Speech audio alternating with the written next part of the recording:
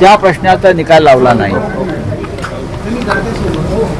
धर्मेंद्र प्रधान यांच्या राजीनाम्यासाठी त्यांचे उपोषण होते. धर्मेंद्र प्रधानचा राजीनामा घेतला नाही आणि लाखो विद्यार्थ्यांच्या भविष्यासाठी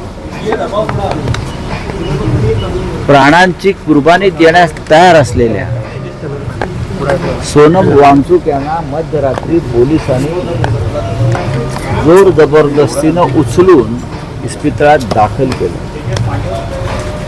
हा देश किती हुकुमशाही मार्गाने चालू आहे. सोनम वांगचुक यांच्या प्राणाची तुम्हाला इतकी किंमत असती तर उपोषण सुरू झाल्यावर काही काळातच त्यांच्या मागण्यासंदर्भात सरकारनं काही भूमिका घेतली असते. ती भूमिका घेतली नाही. सोनम वांगचुक यांच्यावरती काल रात्री दडपशाही करण्याचं दुसरं कारण असं आहे, आज नागपुरात जो हिंदुत्वाचा धडक आहे, आज नागपूरमध्ये उद्धव ठाकरे यांच्या नेतृत्वाखाली उपस्थिती जो एक राम मंदिर लुटीविरुद्ध एक एल्गार आहे,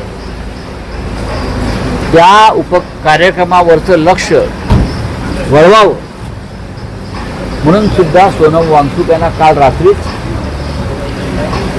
दडपशाही मार्गानं अटक करून इस्पितळात नेलं. ही दोन कारणं आहेत. तरीही आता उद्धव ठाकरे साहेब निघालेले आहेत.